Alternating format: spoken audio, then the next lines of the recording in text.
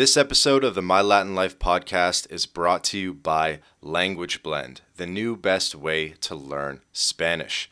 Language Blend focuses on what you actually need to live and get by abroad with daily one-on-one lessons, a dedicated texting partner. It's like living in a Spanish-speaking country without ever leaving home. Go to languageblend.com for more information.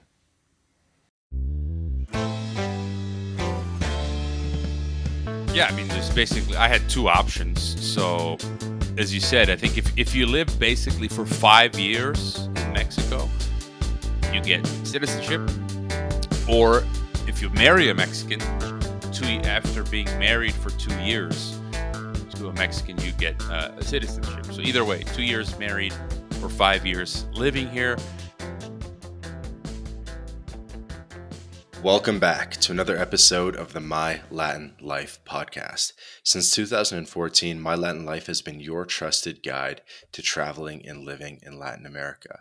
My guest today is Hrvoje Moric, host of the Geopolitics Empire podcast and TNT Radio. Hrvoje, how's it going, man? Excelente. ¿Qué onda, vatos? And where are you calling in from if that wasn't enough of a hint? It's already an open secret. I am in Guadalajara, Mexico, the second biggest city right in Mexico. Awesome. And I am based in Mexico as well. In fact, I'm drinking a michelada as we record. So cheers to you, sir. I'm having some organic Mexican wine. I think the brand is Adobe. So there you go. Cheers. Ooh, there you go. So I guess to kick things off, I've worth mentioning, I've been a guest before on, was it the TNT Radio that I was a guest on? TNT Radio. And funnily enough, I just got off the line with James Guzman of Borderless. Last hour, he was my guest.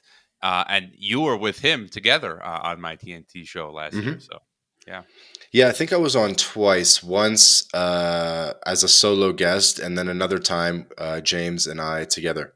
Mm-hmm. Yeah.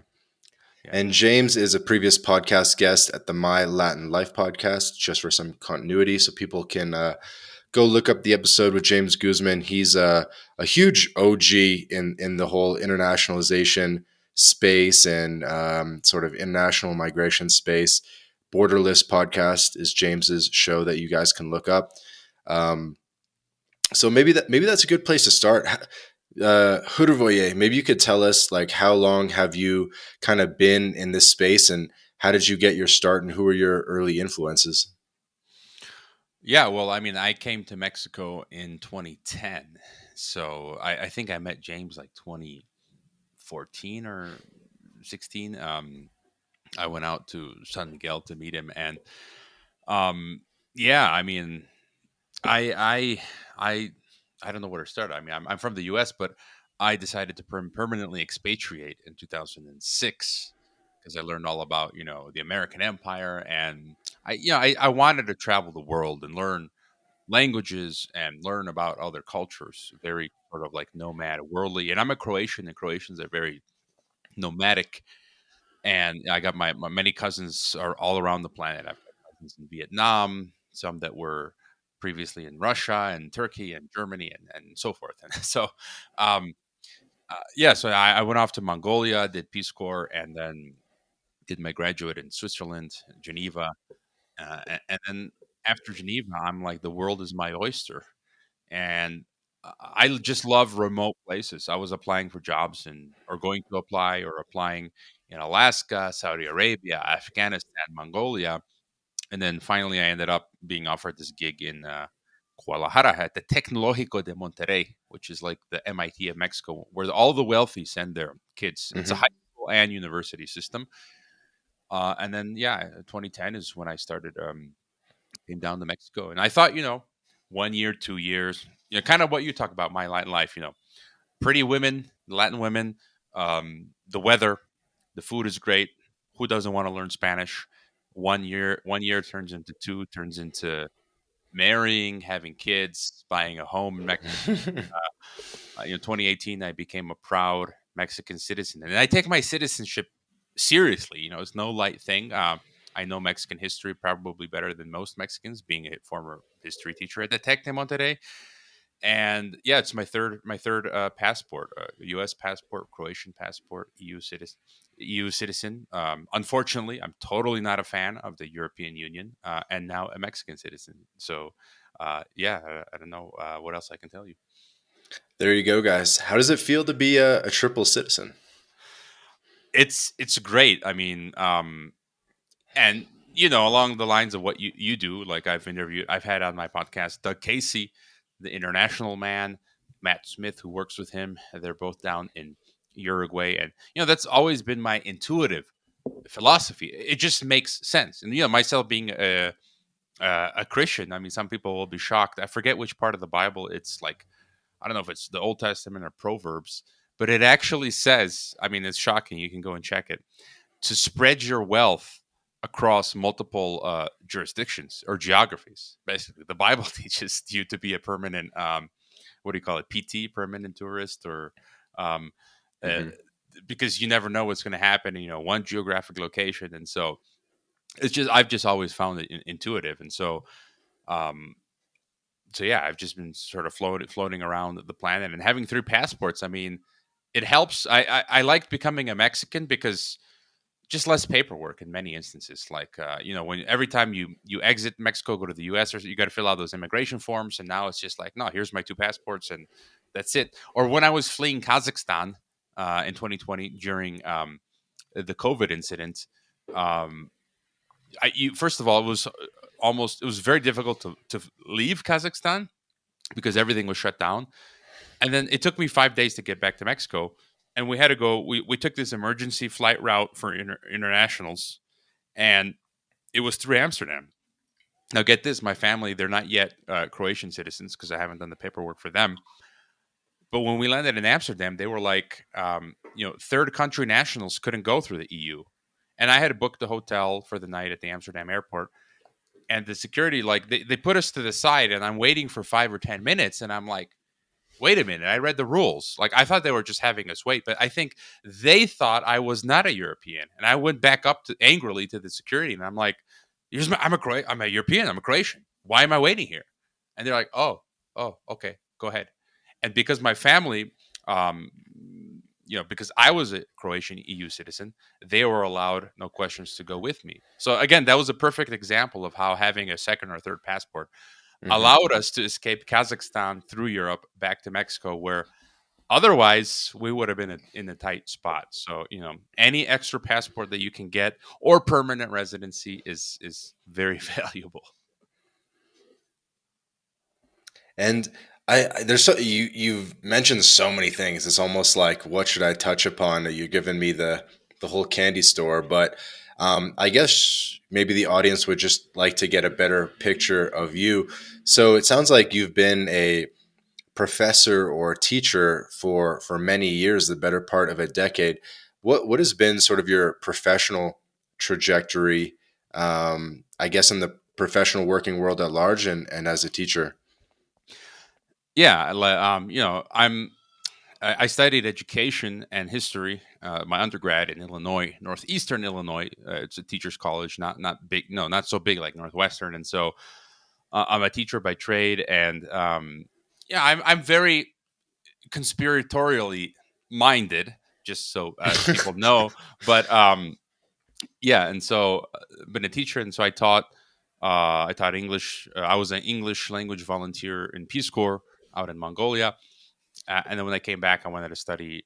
So I studied history, my undergrad, and then my master's was in international relations at the Geneva School of Diplomacy in Geneva. And there, I was also an intern or staff assistant at the UN and EU. And some of my professors included,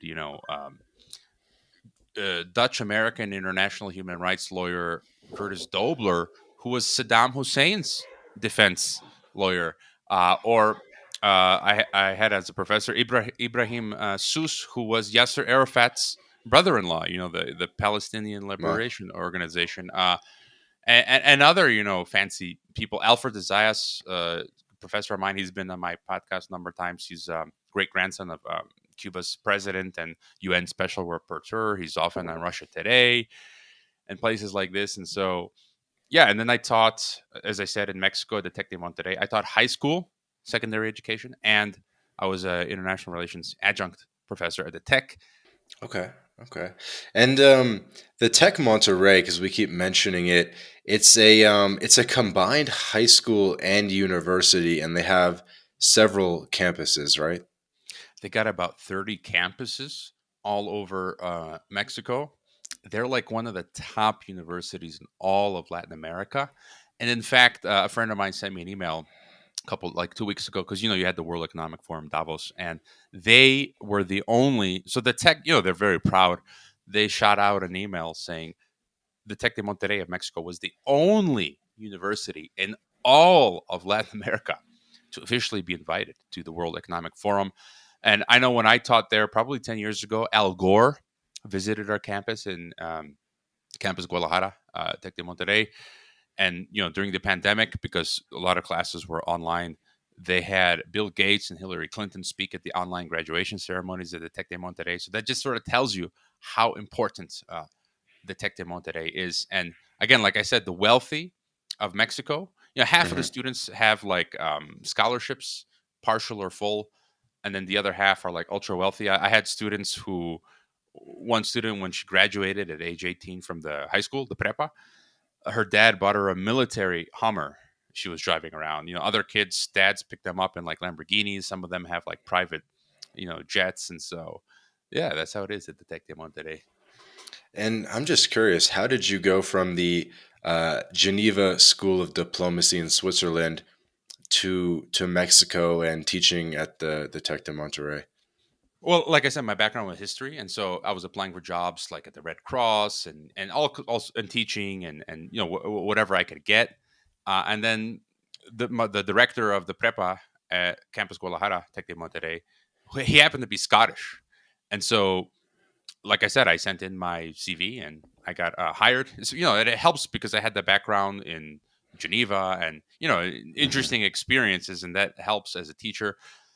And so yeah, they hired me, and then I was there for until 2017. I was kind of getting tired of Mexico, and I put out my CVs in different places, and I got hired to go to Kazakhstan. That's a big change from Mexico to Kazakhstan. Oh man, I mean, especially well, I lived previously in. I fell in love with Central Asia. One of the things was there was a great documentary called.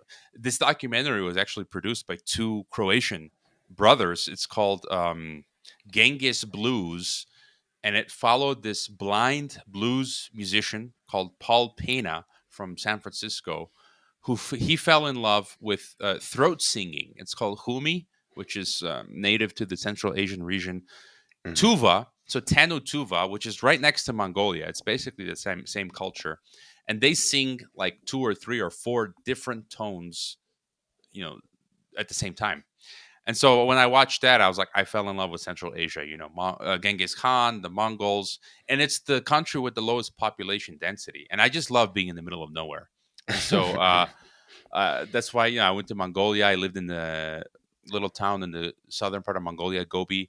Literally, it was like less than 1,000 people in the village, and you're literally in the middle of nowhere, hundreds of kilometers away from civilization, and minus 30, minus 40 Celsius. And so when I did Kazakhstan, and usually around February, it got so cold, the schools closed for a week because it's like minus 30, minus 40, minus 50.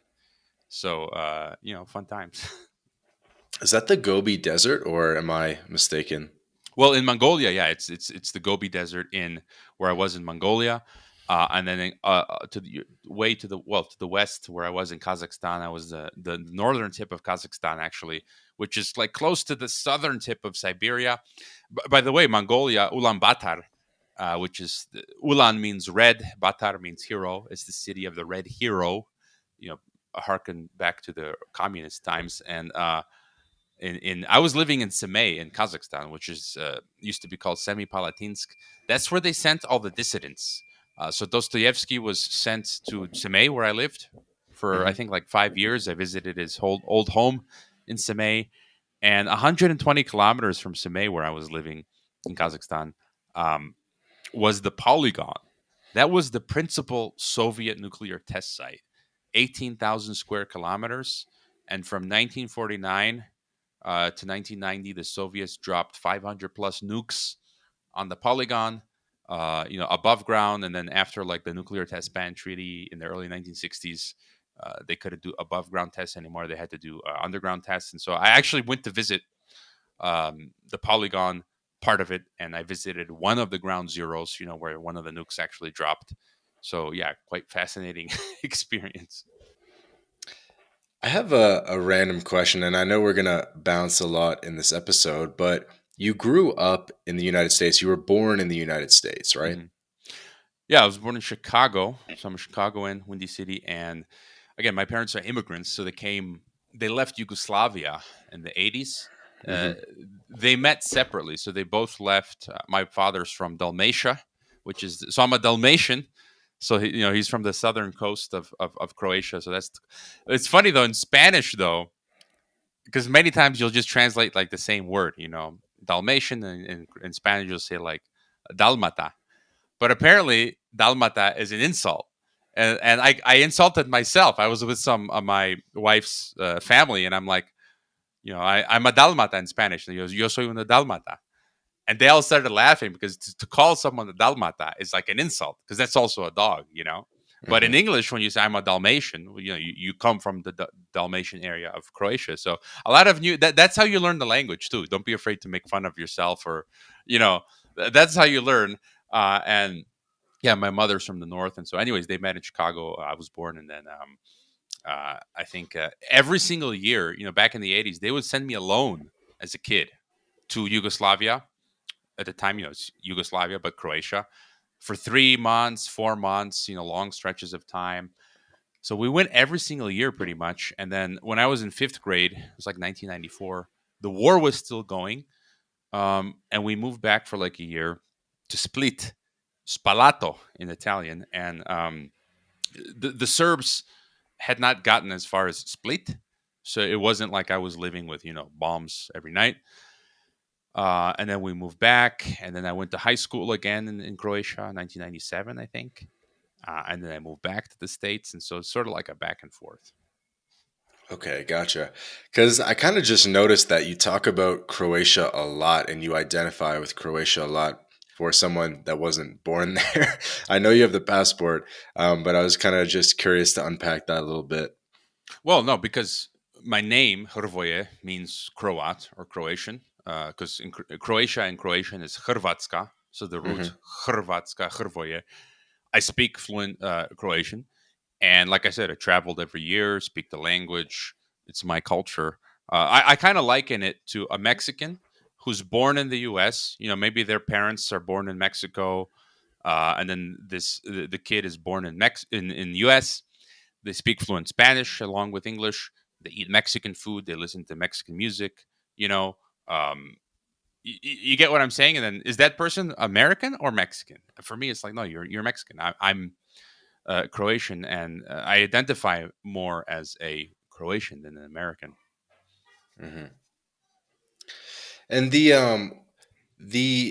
school in Geneva, the Geneva School of Diplomacy in Switzerland. So that's where you got your graduate degree. Yeah, I got my Master's of International Relations at GSD, as we call it. Actually, the year that I graduated, it's a funny story. This kind of links to my future. 2000. It's a relatively new school. It was born, or it's a private university founded in the early 2000s by Colum de Sales Murphy, an Irishman who worked in the UN. He's the president of the school. And 2009, I graduated. And every year they invite, like, they give honorary degrees or diplomas to interesting people. Actually, one of my classmates, his father was China's ambassador to the UN. So again, a lot of a fascinating time. And Mikhail Gorbachev, was invited to my graduation ceremony, but because of his age at the time, he couldn't make it. And so I think his right hand man, who you see with Gorbachev and all of those photos with historic photos of Bush and all these people, I think it's Pavel, if I'm not mistaken. He came in the Gorbachev's stead, and by a twist of fate, in 20, I think it was 2017, spring of 2017, I ended up going for 3 weeks to Russia. There's a lady called Sharon Tennyson. She's got an NGO called Citizen Center for Citizens Initiatives, and she's been doing this since the 80s, like trying to promote peace between Russia and the U.S. And she organizes these trips, and like 30 of us Americans went to Russia. We met with Gorbachev for two hours. I shook his hand. We met other, Vladimir Posner is very famous in Russia. He had his own primetime show in the U.S. with, I think, Tom Brokaw in the 1970s, and so I got to meet Gorbachev 8 years later. Since he couldn't make it to my graduation, I met him in Moscow. So And did you tell him why'd you miss my graduation? no, well, yeah, I had a brief moment with him, and so I just told him like, oh, I graduated from GSD, and he's like, oh, it's a great school. Yeah, I know. So That's very cool. How does like a Croatian American make his way to the Geneva School of Diplomacy? Like you did the Peace Corps, which we haven't really talked about. Um, but yeah, and we've talked about how you've always had an interest in history, but there must have been a decision making process that led you up to that. well, it's like what happened in 2000s. I just everyone falls in love with some particular subject, right? And I just loved history, and as I like I said, I'm a Christian. I love the Bible and prophecy. So for me, those all come together. Biblical prophecy, history, and then political science or international relations. And so uh, it just turned out that at that moment, Geneva was the best option because it was a 1 year program. And then I was looking at other stuff like the Colorado, I think Boulder.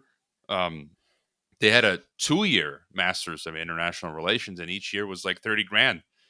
And the Geneva school was like also like 30 grand a year, but they gave us a partial scholarship. And so it's like, why waste 2 years when I can do the same thing in 1 year at half the price? It just made total sense. And Geneva is the heart of, you know, the global power structure. You've got all of the IGOs, international government organizations, NGOs, everything is there in Geneva. And um, yeah, so I did have a Serbian American classmate, and I would hang out at the Croatian mission to the UN out there in Geneva. I'd go down there, and so yeah.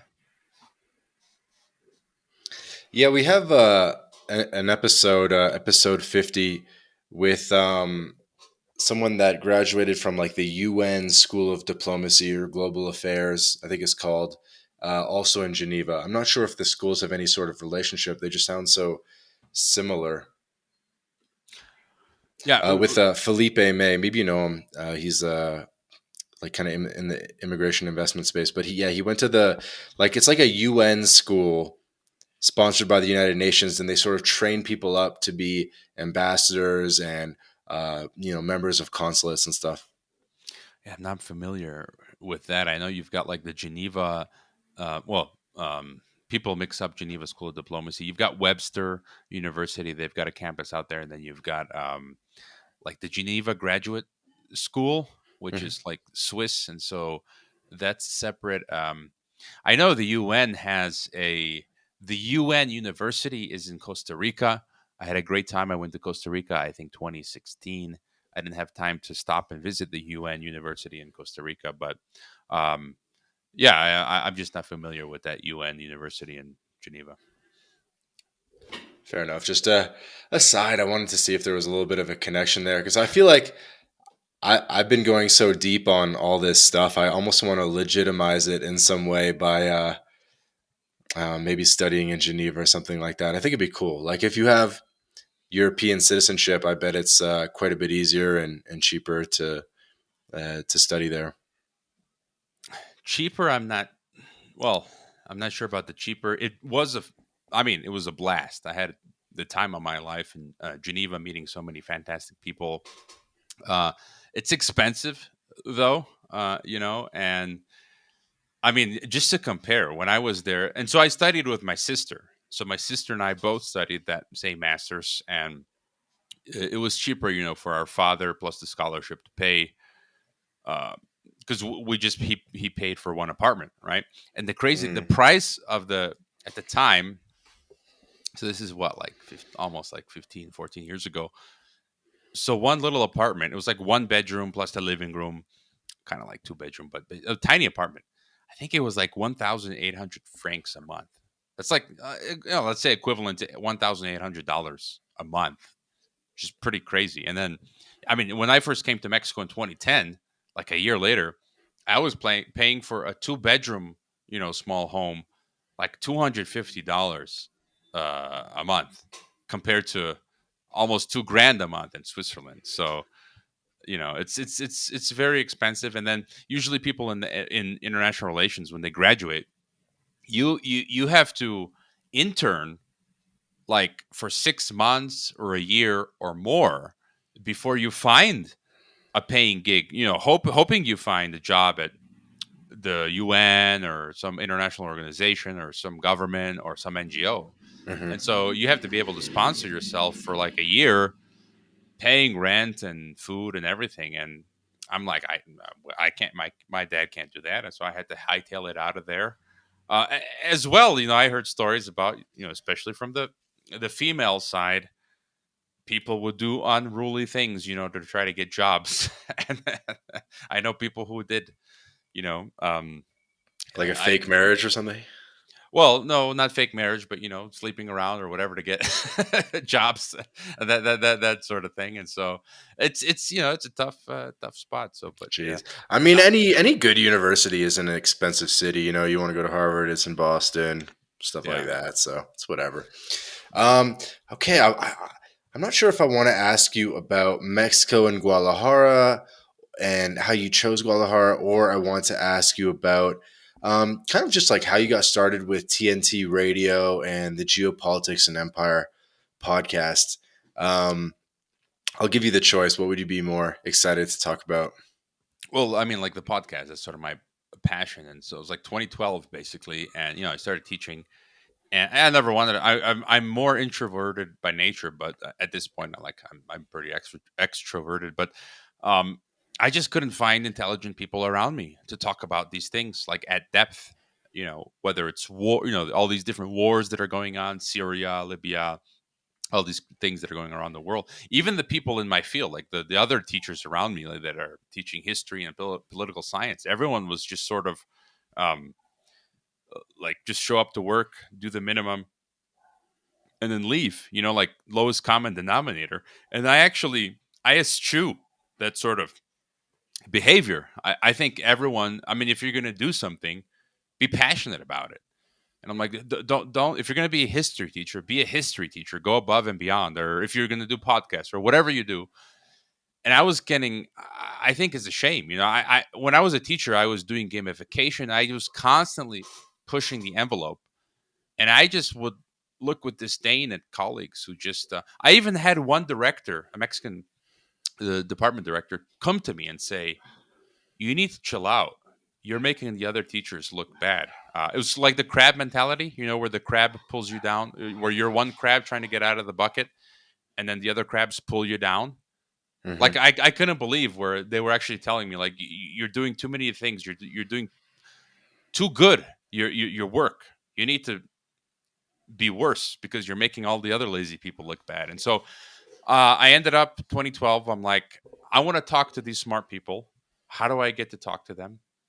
Maybe I Skype them into my classroom and then throw that up on YouTube. So I started Skyping in, like Dr. Paul Craig Roberts was well known. He worked with Ronald Reagan, Assistant Secretary of the Treasury.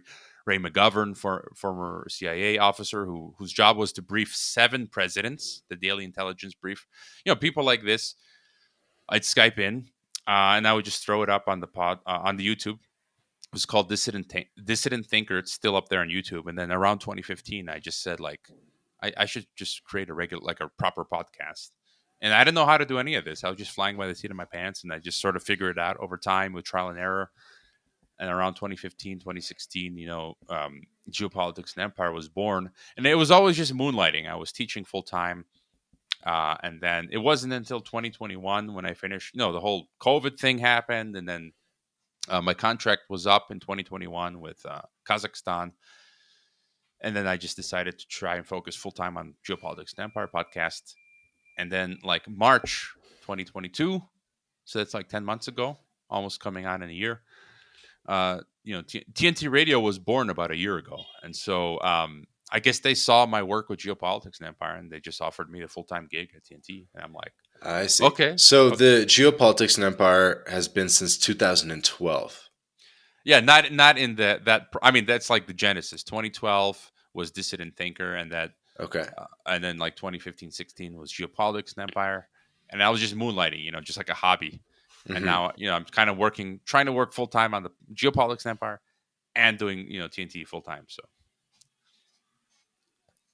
Interesting. And so I imagine I almost want to talk about this early genesis of geopolitics and empire because this kind of brings back to I feel like the origins of this space are very interesting, and it's not often that we have the chance to sort of dig it up. So let's talk for a minute about that 2012 to 2016 period. Like, were you starting to get in touch with maybe like Doug Casey, Jim Rogers, or any kind of other top thinkers in the space, or what were you kind of doing during that period of time to how what was your creative process and sort of networking process as well? yeah, Jim Rogers came later with Geopolitics and Empire, but I mean, early on, like I said, I wanted to talk to smart people because no one else around me wanted to talk about this stuff, and that was my, ticket to ride, so to speak. And so I sent out. I mean, people can go back to the archive, but I sent out to all these different people, ex CIA officers, Paul Craig Roberts and Lord Christopher Monckton out in the UK.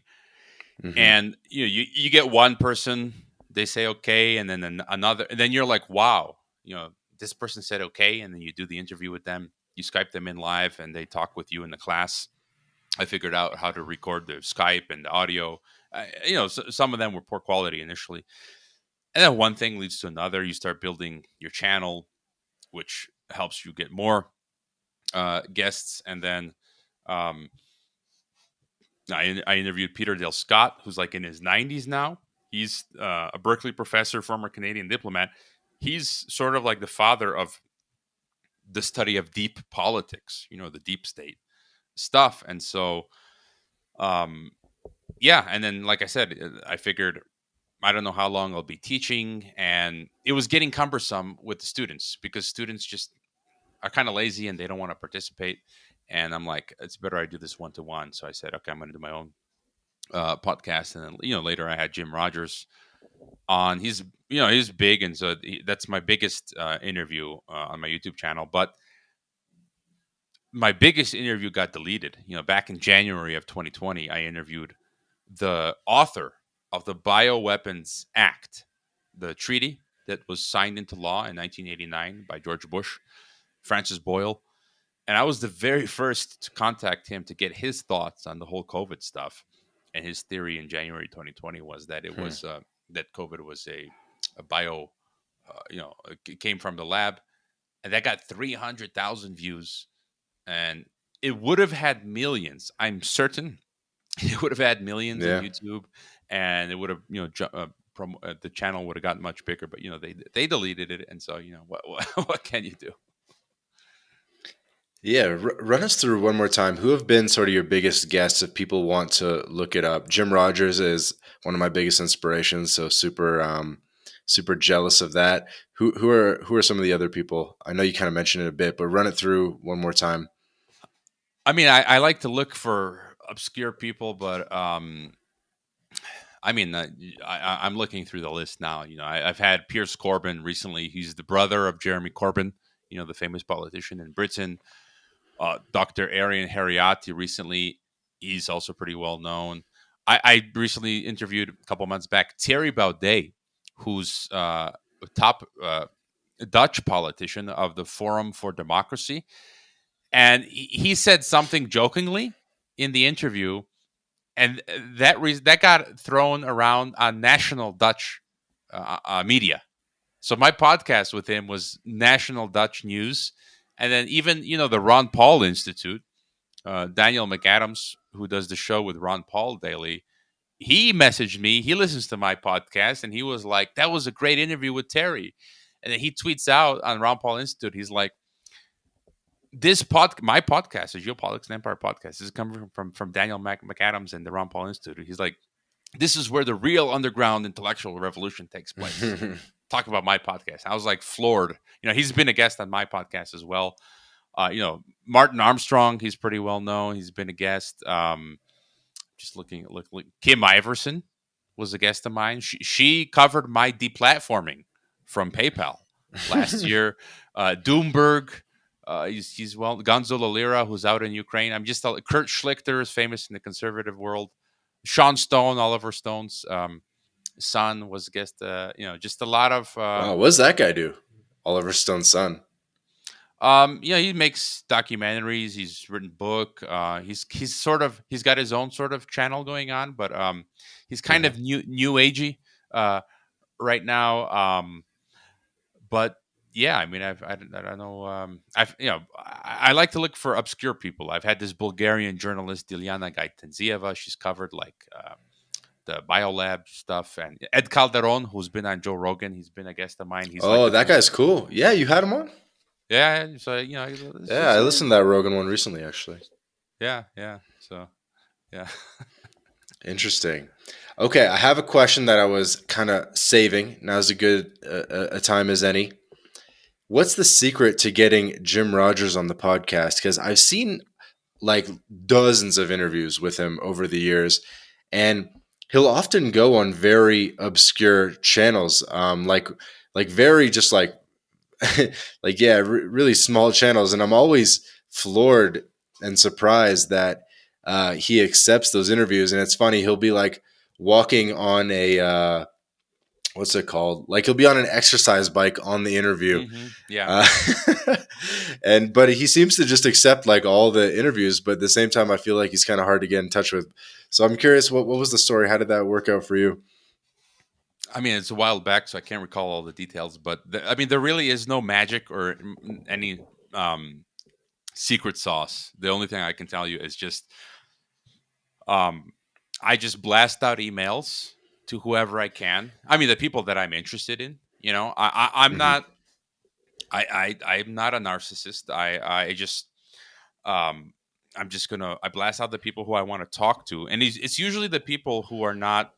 If it's someone who's been doing the rounds, giving 20 interviews, I'm not interested in talking to them. They're just going to say the same thing I just listened to in the previous interview. So I try to find more obscure people. And so, I just sent Jim Rogers an email and shockingly got a surprise, a response, and okay. And that was it. No real special sauce there. And, if someone doesn't, I'll send an email once and then, wait a while. If I don't get a response and it's somebody that I particularly like, I might wait weeks, even months, and send a second email. And if they say yes, yes. If they say no, after two times, I just give up because I'm not. I studied diplomacy. I was around fancy people. I feel we are all equal. I don't kiss anybody's butt. I'm not. I don't care who you are, how much money you got, your status. And so I just, once or twice, that's it. Okay, no, bye. I move on. And yeah, I just happened to get a response from Rogers, but something kind of strange happened afterwards. A couple of months later, I don't know if it was an error in the email system or someone was hacking the email, but I got a subsequent email. I think it ruined my relationship with Jim Rogers because I told him I was living in Kazakhstan at the time. And then I get an email from Jim Rogers like weeks or months later saying, "I'm really keen on Kazakhstan." And then I thought, okay, I don't know. I mean, how do you respond to that? Like he's sending another email saying, "I'm really keen on Kazakhstan." What am I supposed to say? And I respond saying, "Oh, well, I'm here in Kazakhstan. If there's anything I can do for you, let me know." And then he responds angrily saying, like, "Do you know who I am? Blah, blah, blah." And I'm like, okay, well, you just told me you were keen on Kazakhstan. You know what I'm saying? Like something weird went on, and then he just kind of responded with an angry email. And so I haven't dared email him since. Maybe he's forgotten about it. I don't know, but he probably gets so many emails so many times. I would just say persistence. It's also the luck of the draw. Some people are at a bad time in their lives, or they're so busy, your email gets lost, Hmm. and then many months later or a year later, if you try again, it's like they'll respond right away. And so, yeah, that's sort of how it is. Interesting. So doing it the old-fashioned way, emails. It's funny. I'd say almost 95% of our guests have come through Twitter, and almost everyone on the podcast knows someone else who's been on the podcast. So everyone's kind of vetted. Not that it's like a serious vetting process, but it's kind of like a bit of a, I don't know, just gives it like a bit of a club feel, I suppose. Yeah, I have to go through Twitter sometimes. Sometimes there's people like, for the life of me, I'll spend an hour or two or whatever searching for their email or something. I'll go to sometimes on their Facebook page, they've got their email. And then when I can't find it, their DMs are open on Twitter. Sometimes they're not. Or sometimes I'll use somebody I know, that I personally know, that has interviewed them. I don't like to ask people for, what I'm saying, for email. So I try to avoid Hmm. that. But sometimes, it makes sense. So yeah, sometimes I have to use Twitter DMs because that's the only way I can reach the person. And I guess you just do a lot of interviews, right? Because Geopolitics and Empire, how many interviews or content you're pumping out, and then I don't even think we've mentioned the TNT Radio it's like 24/7, and I guess you do like a segment of that. That's like its own bag of worms. I want to hear how that works as well. No, it's been insane. I mean, with the podcast before radio, it was as many as I can, like when I feel like it. It could have been zero a week, or one or two or three a week. I think the most was like four or five per week with the podcast. But that's more like, because I mean, you're the boss, you can do whatever you feel like with the podcast. And with TNT, initially they gave me a daily 3 hour slot. So that's weekdays, three times five. So that's 15 guests per week. And each guest was pretty much like 50 minutes. And so it was nuts. And And it's it's live. live radio. And my first night doing the live radio, I got physically ill because I've always done pre-recorded. Like I said, I was introverted initially. I didn't want to do a podcast. I didn't want to become some YouTuber or become famous. I just want to know what's going on in the world. I want to know the truth. I want to know how things work. And the only way was talking to these smart people. I'm not looking out for fame or money. And so, um, I got physically ill my first night in March 2022 doing the TNT show. After I finished the 3 hours, I had got like a headache and a fever. But then you just learn the ropes, and now it's easy. But then they knocked me down from 3 hours to 2 hours, which is much better. Ten guests a week now I'm doing, and so yeah, I do 10 guests. I try to get some regulars, like I got one or two or three regular weekly guests, and then you build out a contact list. And so, and I'm also, again, you spend a lot of most of the time is finding people. It's not doing the show, and so most of my time is spent researching good people, uh, figuring out where they're coming from really quickly, and then getting them on the show. Sometimes they've got books. I'll scan through them. Many of my Hmm. guests say they can't believe that I've actually read their books, because many people will just, like, get the guest on and talk about the book without reading it. And I really do try to read their books. And so, yeah, it's like 10 a week on TNT, and then depending on what I have time for the podcast, like zero or one or two or three. And what do you do if someone cancels on a live?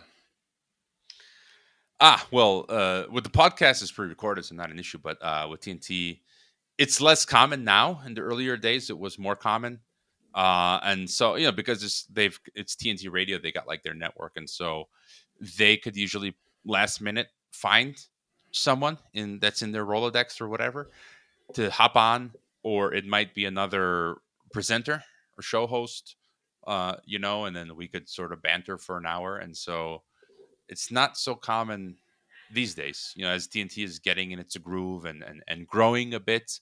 I mean, we've had so many, people on, a lot of, politicians, scientists. So yeah, we've had good names on, and so it's growing. It's still in its infancy, but it's trying to become financially sustainable. And so, what if you can't get someone last minute? Do you just like freestyle it? Well, they used to they used to just worst case scenario, they just hit a replay. There's I don't know how many of us. There's a number of because it's 24/7, as you said. We've got presenters. I'm a presenter. I'm down in Mexico. There's some that are in Europe, in the UK, others in Australia for the different time zones, and so they could just hit a replay of a previous episode, or yeah, as you said. The presenters we're following the news cycle daily, and so we can talk about I'm a news junkie because I've got a Telegram. It's almost 12,000 subscribers for my Geopolitics and Empire podcast Telegram, and my Twitter is like at 18,000. And so I'm. It's basically I curate my feed. It's what I'm looking at is what I'm posting to my feed, and so with that, there's a lot to talk about. What is the logistics of a 24-hour show like TNT Radio? Like, if someone told me, just start doing a 24-hour show, I'd have no idea how to even set that up in terms of, I don't even know, the broadcasting and the splicing in the advertisements and all that stuff. Like, could you kind of walk us through a bit of the behind the scenes of how that works? I mean, it's pretty crazy. I wouldn't know where to start either. And I honestly, I mean, I can't tell you so many of the details because I'm removed from that. Like I said, they're based in Australia. They've got initial funding to do all of this, and they've been doing, I think, a stand-up job so far. And like I said, I meet random people like Johnny Hoddle. That's not his real name, but he's British, and he's got his own staying. It's called the Staying Free podcast, and he just happened to move to Puerto Vallarta, Mexico. And I recently met him. I was in Vallarta, and then we both were in Morelia, Michoacan, at the Greater Reset, which took place during the Davos Great Reset. And he's been on TNT, and he's like, "Oh, I love TNT." And there's people all around the world who I think there's a former UK MEP who's got his own show. There was an Australian senator, Malcolm Roberts. Also, he had his own show on TNT. And so, um, basically, it's internet radio. So they've got their studio out in Australia. They've got like their studio technicians, the website, and then they've got to get on board a number of presenters, right, to cover all of the slots. That's us. I mean, everything gets. They've got something called like the Comrex or whatever, like the stuff that's used for live broadcast, and so the tech is in Australia. I connect to the channel, and then the guests can connect in various ways, right? And later the recordings get posted to the podcast platforms. Apple, all of the Apple, Spotify, Google Podcasts, and we're taking donations. We've got merchandise. We've got live call in now, so people can call in live. We've got an interactive live chat, and so slowly it's growing. And I think they just got on board some. I don't watch TV or movies anymore. It's been years, but Nicola Carr or something. She was super famous in Australia on some TV show called Neighbors or something, and so she's got a TNT show, and so you build it slowly, word of mouth, organically. That's how I did my podcast as well, and so yeah. Wow. And how did they approach you, and how did you kind of decide that this would be a good fit for you? Because it must be quite a commitment to be like, I will be live on the air 5 days a week. Oh man, it is, and it's a pain in the butt. I just bought a Starlink RV, which covers all of Mexico. You can go in the mountains in the middle of nowhere in Mexico and have excellent internet, like 50 megs download, 30 or something upload anywhere in Mexico. So I bought that as a plan B. But I've been last year. I went to Croatia for 3 months, and the show time in Mexico was like 6 p.m., Hmm. which in Croatia, this was when I was doing 3 hours. In Croatia time, it was 1 to 4 in the morning. Think about that, 1 to 4 in the morning. And for 3 months, I had to do my show in Croatia from 1 to 4 in the morning, and then sleep till like noon, and then go to the beach. Uh, and so that sort of altered my schedule, and it also limited where I could travel to because I couldn't visit all of my cousins because you don't know if the internet's going to be, where you go, if you're going to have good internet to do your live show, or your car breaks down, or the bus breaks down, or you miss the flight. And so, I could ask for a vacation, but you don't want to do that too often. Um, but yeah, and it goes back to what I'm saying earlier. I take this stuff seriously. I'm a responsible person. I want to do the best that I can. I'm having the time of my life. It's You're getting paid to do what you love um to do, and so I'm just rolling with it. And like I said, they saw the work that I did with my podcast, and they offered me the gig, and I thought about it for a day. And because they pay me for it, with the podcast, like I said earlier, every time it's like rolling a rock, a stone up a mountain or a hill, Mhm. and you're building momentum. But the deep state, the military industrial complex, they knock you down. I opened my Patreon. I was slowly getting subscribers on Patreon. I get a message telling me that you need to delete these and these podcasts from the entire internet, or we will not unlock your Patreon. And I'm like, there's no way I'm going to delete that stuff from the internet. Screw you guys. And they nuke my Patreon, one of my ways of monetizing the podcast. And then they deleted my most famous YouTube video. Then PayPal last year blocks me. And so it's each time I try to grow the podcast, they throw a spoke in my wheels. You know what I'm saying? And so TNT comes along, and so okay, for now I have um, some way to help out financially. And so meanwhile, I'm trying to figure out with the podcast. I opened up a membership option, and people still donate, and I'm getting sponsors. And so, you roll with the punches. Yeah, I mean, let's talk more about the matrix bringing you down. Like, is it typically just about the COVID type stuff, or are there other themes that are you're finding to be more challenging? I mean, it's a number of issues. So one was definitely the COVID issue, because Patreon said, and it wasn't me, because I'm interviewing. We're just having conversations. We're not doing anything illegal. We're just having shooting the breeze like we are now. Online. Like, how is that illegal or violent or something? We're just chatting. And so one of the issues is the health stuff. So they would say, "Oh, what you were discussing or your guests was against CDC or WHO guidelines." So that's one big red line. And then another would be war. Uh, like I said, the Department of Homeland Security in April of last year rolled out the Disinformation Governance Board, if you recall. That failed, but they tried to roll this. It's basically the Orwellian Ministry of Truth. So that same week, they rolled out the Disinformation Governance Board.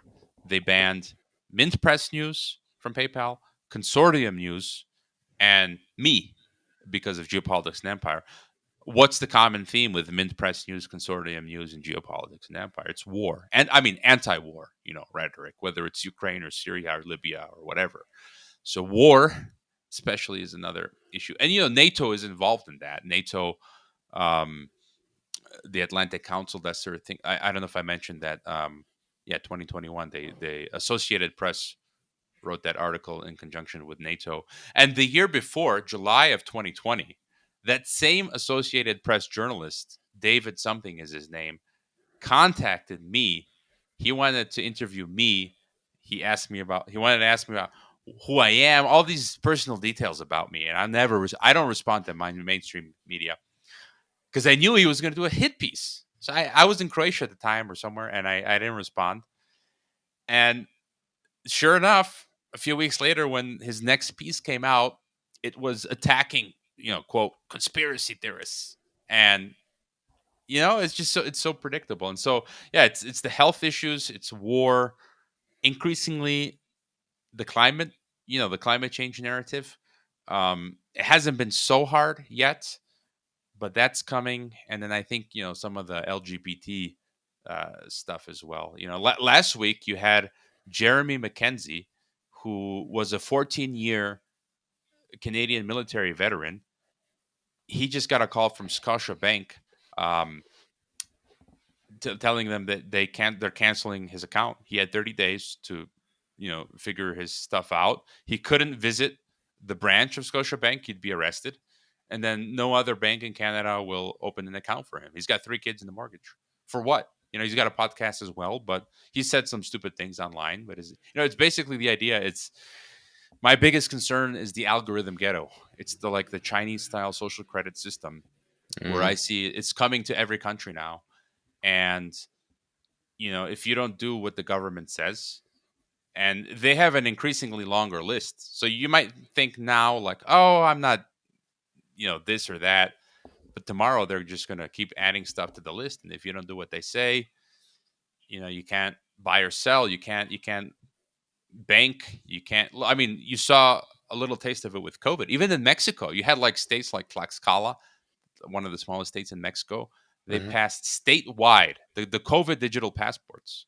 So if you were not vaccinated, you could not go to the supermarket to buy food.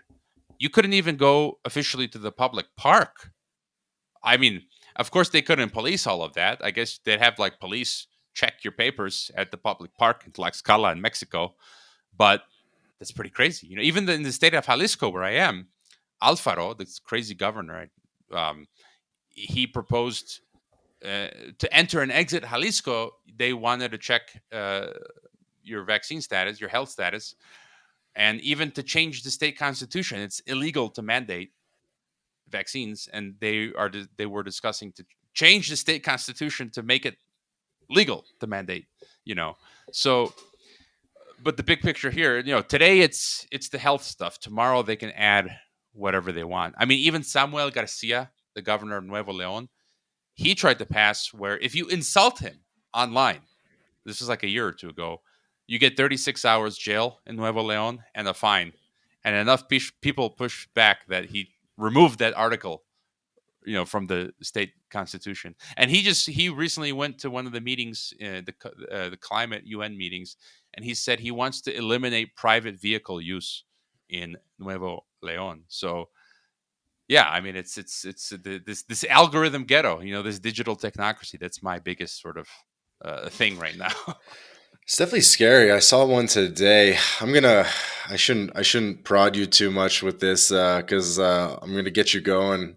To, but I saw one today that was like in China, you need to scan your face to take the bus and stuff like that, and all they have to do is say like, nope, you can't take the bus anymore. You know what I mean? It's very scary stuff.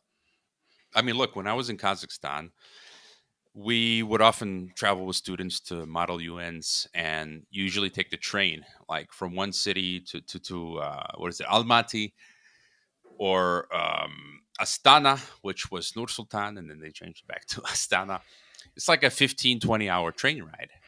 And then we were heading back, and there was a guy in my cab. You share with, it's like 4 people to the train cab. And there was like a 50-something-year-old Kazakh, and he was taking like a 40 to 50 hour train ride. And we asked him, like, well, why don't you just take like a 1 hour flight? Because, maybe an overnight 15-hour train ride is okay, but to do like multiple, that's kind of crazy. Just fly. And he's like, I'm banned. The Kazakh government put him on a blacklist because he was like a workers' rights activist or something. So they put him on a blacklist. He couldn't fly anymore in Kazakhstan. And so, yeah, which is I'm seeing. See, this is the thing where you're seeing in China now and other places. You've got shops where you pay with facial recognition or your palm. And again, for me as a Christian, you think about the Book of Revelation. It's like you can't buy or sell unless you have the mark of the beast on your forehead or your hand. So it doesn't have to be an actual implant because facial recognition is your forehead or your palm is your hand. And the idea is it's if you behave well, the social credit. So if you do whatever the government says, and in China, then if you disobey this or don't, or you do that, your social credit lowers to such a level where you can no longer buy a train ticket or bus ticket or enter into this. If there's no cash, see that's the biggest thing. If they remove cash, which more and more they are taking away, um, once they get rid of cash, you've got no option. And if you're in the cashless system, if you're blacklisted for whatever reason, you know you can't buy a plane ticket, you can't buy a train ticket, you can't travel, you can't work, you can't buy food, and so this is the direction we are headed towards. Yeah, scary stuff. And so, with you having your PayPal canceled and your Patreon canceled, um, did that lead you to look for alternatives? And how did you fight the matrix, so to speak? I mean, for now we have um, alternatives. The biggest problem it's caused me is just the issue of momentum because it takes time. I used a friend. He's got a side company of web developers, and so it takes a month to build out the website, to link it to PayPal and Stripe and stuff, and so you can come back, but then it just takes a lot of time and momentum, and so I use Subscribestar, which is the Patreon alternative. Stripe, I can still use Stripe instead of PayPal. So you still have stuff, but it costs a lot of. It's like you get knocked down the mountain, and then it takes Mm, a lot of energy and time. All right, to get back up again and get back up that mountain. That's the biggest thing. And a lot of the people who were subscribed on Patreon or PayPal, they kind of forget. They don't take the time to resubscribe on Subscribestar or right. Stripe. So that's the biggest thing. So for now, we have alternatives. Substack is really like the number one game in town right now. Substack. I mean, I'm planning to open one as well, but everyone's just Substack is the thing. I don't think it will always be the thing. Before it used to be like MySpace, which becomes Facebook. It's like a rotation, and now Substack is it. There's a lot of people having a lot of financial success using Substack, and so I did open the locals. People are having success with Rumble and a lot of these alternatives, and so yeah, for now it's okay. We've got alternatives, but I think over time, again, a lot of these windows will uh, be closing. But it's interesting times we live in, and my great grandfather in Croatia at the time it was the kingdom of the Serbs, Croats, and Slovenes. He died during World War One. I mean, it's a crazy story. World War One ended. This is what I'm told by my mother. World War One ended, but because they didn't have WhatsApp or instant communications at the time, in that part of Croatia, they didn't get the news that World War One ended. So they kept fighting and firing, lobbing bombs, and the bomb fell into the courtyard of his home and killed my great grandfather. And then my grandfather was a Nazi prisoner. For 3 years, Croatia was under Nazi Croatian rule, and I guess my grandfather, he was a good man, honest man. He was a partisan, I guess, and so he survived for 6 months as a Nazi prisoner in the hole in the ground. And then my uncle, he's still alive. He fought in the Croatian War in Yugoslavia, and it's like every generation, you know, every single generation, you're fighting evil. Umberto Eco, the Italian intellectual, he talks about ur-fascism, eternal fascism. Every generation has to fight against this evil, and some people they just shy away from it, and it's just like, nope, this is my experience. I can recognize tyranny, and so yeah. Hey everybody, quick break from the podcast to tell you about Language Blend, the best new way to learn Spanish. Language Blend was co-founded by Jake Nomada, friend of the podcast, decade of experience in Latin America, and Jake and his team, they put everything into this program that they wish they had in terms of how to level up quickly with your Spanish language skills. Because the faster that you can get conversationally fluent in Spanish, the better the experience that you're going to have in Latin America. So go to languageblend.com for more information. And has this forced you or made you sort of rethink uh, how aggressive you want to be with the content and sort of tone it down and make it a little bit more PG?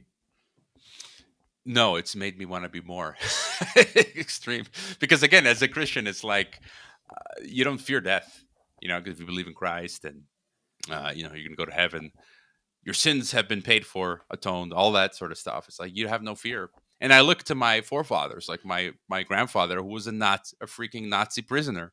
and it's like you stand against evil, and I don't have any fear. I mean, look, I live in narco. I mean, you're here in Mexico. Um, it's not the safest place. I had Duncan Tucker. He used to be a Guardian journalist. I invited him. He used to live in Guadalajara.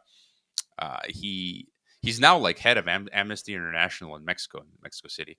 I invited him twice to guest lecture at my classes at the Tech. I remember one of the stories he investigated when he was living in Guadalajara. 30 minutes from my home, where I currently live, he investigated a house where they found barrels of acid, where criminals or narcos were dissolving Hmm. human remains. And so this is around. My home was broken into 3 times when I first came to Mexico. And so it's I've had a coworker who was kidnapped. Um, so it's like I've had students whose parents were kidnapped. I mean, they survived, but it's like this is the environment you live in. I'm not afraid. I just get more like, I think it's the valiant thing to do. The right thing to do is tell the truth, no matter the cost. Everyone's fighting their own battle, things that they're more passionate about. So it's not like I think everybody has to be doing this. It's whatever you're inspired to do. But I mean, at this point, I don't think it matters, because even if everything goes full totalitarian, even if I stop now, I'm already like on the list. You know what I'm saying? Hmm. So it really doesn't make any point to shut up now, because even if things get full totalitarian, I'm going to be sent to the digital gulag or real gulag. So I might as well double down. Yeah, I guess part of it is you're not afraid of the online stuff because you're already living on the edge in Mexico. Yeah, even in Chicago, I mean, I haven't had a terrible experience in Mexico, but I was robbed at gunpoint. I was the manager of a supermarket, 5 blocks from my family's home. And I stared down the barrel of a gun. Three guys came into the shop. I was the manager. I had access to the safe. They stuck a gun in my face. They kept um, repeating. I don't feel comfortable saying it, but the N word, reference to black people. They kept saying, "If this moves, I'm gonna smoke his ass." They kept repeating that to me. Then they stuck the gun in my back and told me to open the safe. And they took like 5-6 grand in cash or whatever. And that was my first experience with staring down the barrel of a gun and being robbed and that sort of thing. And then later, when I was in Mongolia, I thought it was a good experience, because then it hardened me, because when I was in Mongolia, I was in Ulaanbaatar going for breakfast somewhere, and some Mongolian dude, he had a empty bottle of vodka, and as we were passing between two apartment complexes, he smashes the empty bottle against the wall, and all of a sudden, he's got a sharp object with which you could stab me or kill me, and he asks for money. And I'd studied Krav Maga a bit, and the philosophy is the path of least resistance. You want to get out of the situation first, as quickly as you can without violence. And so at that point, having been held up at gunpoint in Chicago previously, in Mongolia, I was not afraid anymore. And I was calculating in a split second all of my options. Do I fight this guy? Do I kick the bottle? What do I do? And then at the time, I was intermediate, so I could speak Mongolian. And then I realized he wanted some money, like a small amount of money. And I'm like, well, what if I just comply and give him the money? Which I did. It's like step by step. It's like kind of like game theory. And I gave him the money. He seemed pleased, content, and then I slowly walked away, and that was the end of it. Now imagine if I didn't give him the money, he could have started, lunging at me, stabbing me, and it could have turned out differently. And so, yeah, I think sometimes it's good to go through these tough experiences, because it really hardens you, and then in the future you can use that experience to your benefit. Yeah, definitely. So let's talk a little bit about Mexico. Talk about Guadalajara, maybe different areas that you've lived.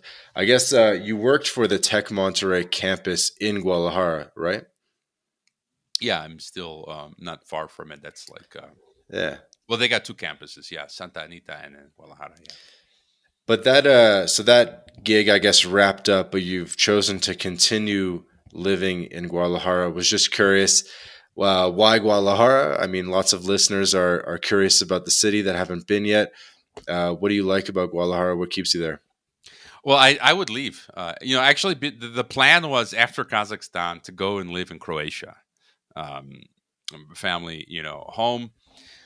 But because of the COVID stuff, I felt the danger was this digital technocracy that is coming, that came, and that is still coming, would hit the developed world first. U.S. and Europe, including Croatia. And some of my renowned guests confirmed that. Like I interviewed Jewish historian Edwin Black, who wrote the book on how IBM and the Nazis, worked together. IBM created the first paper computer to help the Nazis carry out the Holocaust. He said the same thing, And so I decided to flee back to Mexico to buy time because this sort of stuff would take longer to come to countries, developing countries like Mexico. And so I got my house here in Guadalajara, and my wife and the family. For now, she has a harder time leaving Guadalajara, so I'm kind of stuck here. But I am looking to get out to more rural areas of Jalisco. I just hate urban areas. I hate the city, so I'm not happy anymore living in Guadalajara because I hate cities and cars and urban. I mean, I like having a car, but in general, Guadalajara it's a nice place. I mean, it's the second biggest city in Mexico. The Mhm. population is like what, I don't know, 5 million or something. It's the Silicon Valley of Mexico. Um, there's a lot going on. You got Chapultepec, that's like the strip downtown where you got the cafes and bars and clubs, and culturally it's a nice place. And I Mhm. mean, there's a lot going on for Guadalajara. And you can't be surprised. You can for people, if you're a digital nomad, you can do your thing here. It's a low cost of living. I mean, in general, in Mexico, that's the thing I'm amazed about. My water bill is $50 a year. You know, electricity 5-10 bucks a month.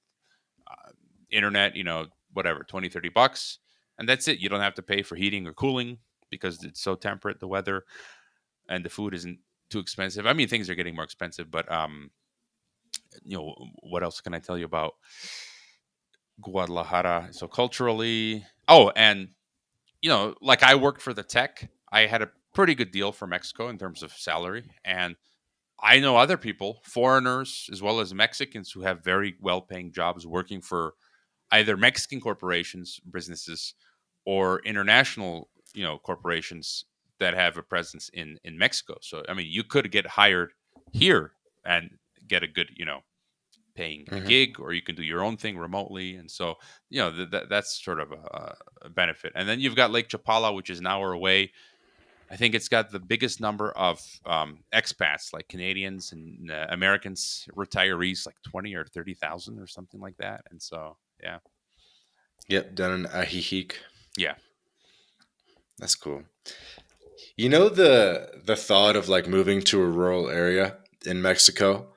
Um, I wouldn't mind discussing with this with you a little bit because it's something we hear very often from other podcast guests or just on Twitter or just other kind of like LATAM travel bros I talk to. They're like, oh, I can't wait to just like buy a farm and all that type of stuff. But it's really not the same to live in a rural area in Latin America as it is to live in a rural area in North America.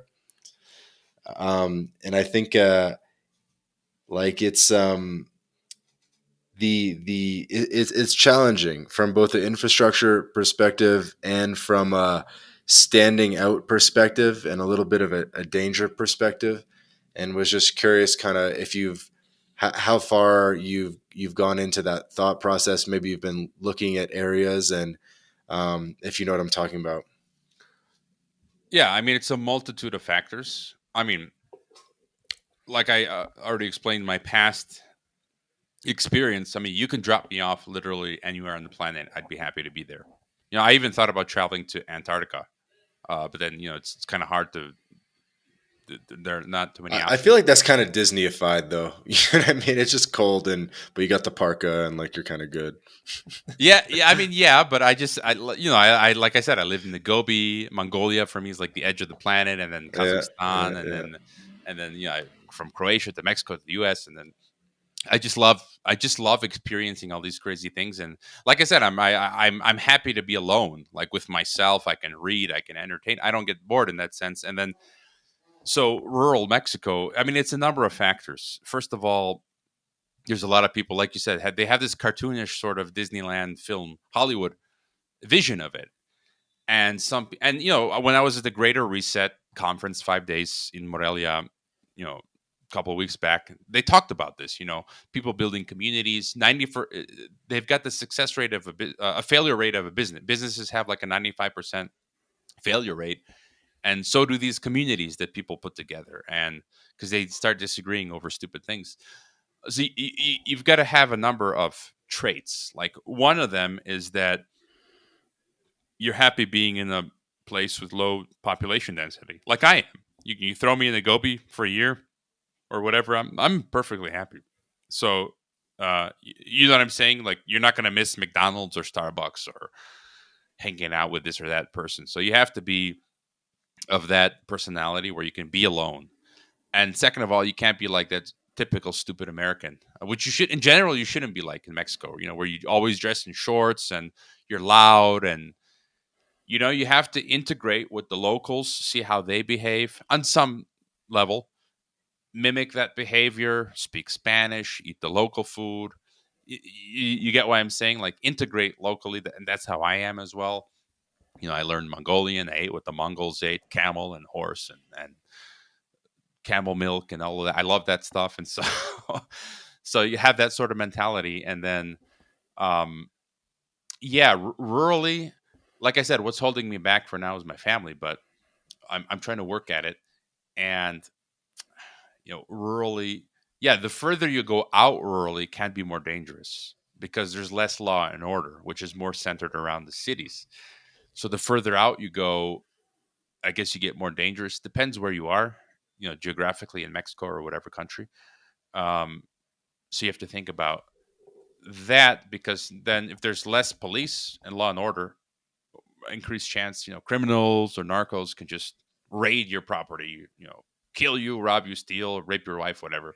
And so, um, yeah, all these different things you have to think of. But I mean, I've consulted with people, and it's really what you're looking for. I mean, I've consulted with people because I've got a consultation option. If people want to talk about podcasting or expatriating or whatever, they can pay to chat with me. Um, and people from different parts of the world who are looking for different things. Some people want to be at the beach, like in Vallarta on the west coast, or on the east coast, like Cancun and Tulum. Others like Mexico City. Others like the Chapala area. Others like Chiapas, like near the jungle, or Oaxaca. More Hmm. temperate climates. And so uh, it really depends on many different personal uh, variables. Yeah, for sure. Do you have any? Have you thought about just going out to the coast, like going out to Vallarta or something? Yeah, I mean, I've told my wife, like, since I can work online, we could be living at the beach, but it's a whole different ballgame when you got kids, and then you're raising your kids. Um, you need help from friends and family and different social networks. And so, something James Guzman spoke about at the Greater Reset at his talk. At some point, you got to start having roots. I know a lot of people who listen to My Latin Life. It's like you've got a great Telegram channel which I follow. Some of it doesn't apply to me anymore. But Hmm. when you're single and you're looking for women and stuff, that's a whole different ball game. But then at my age, you got kids, you got family, you're dedicated to your work, and I also happen to be a Christian. I attend the local church, and it's like um, this is kind of what you're focused on: raising kids in a healthy manner. And then your biggest network, my biggest network, is in Guadalajara. And so to go to like Vallarta or something, you're starting from scratch. So then I I mean, it's find it still it's still Jalisco though, but so there's right. some Yeah, yeah. overlap, but yeah, Yeah, I get what I you're know you saying. mean though. I know you mean too. Though, yeah, Yeah, then I have to find a new church, build new relationships, because family helps with taking care of the kids when you got to go do some errand or something. it's You get what true. I'm saying, so Hmm. uh, yeah, but it's also hotter though, Vallarta. But yeah, I've been telling my wife, that's the cool thing with TNT. I was thinking of going to visit James out in San Miguel for a week. We get an Airbnb for a week. We just hang out, enjoy San Miguel. I do my TNT show in the evenings. Just I can take my Starlink if there's no internet, and so yeah, I can just we can sort of do that now. Go around Mexico. Um, so yeah, I mean, in the future, yeah, Vallarta might be an option or somewhere on the beach. And like I said, there's so many people in the alternative media, independent media.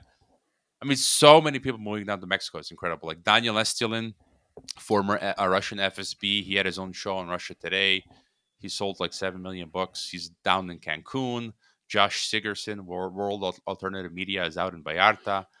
Derek Bros is in Morelia. I'm here. James is here. I mean, just so many people down in Mexico.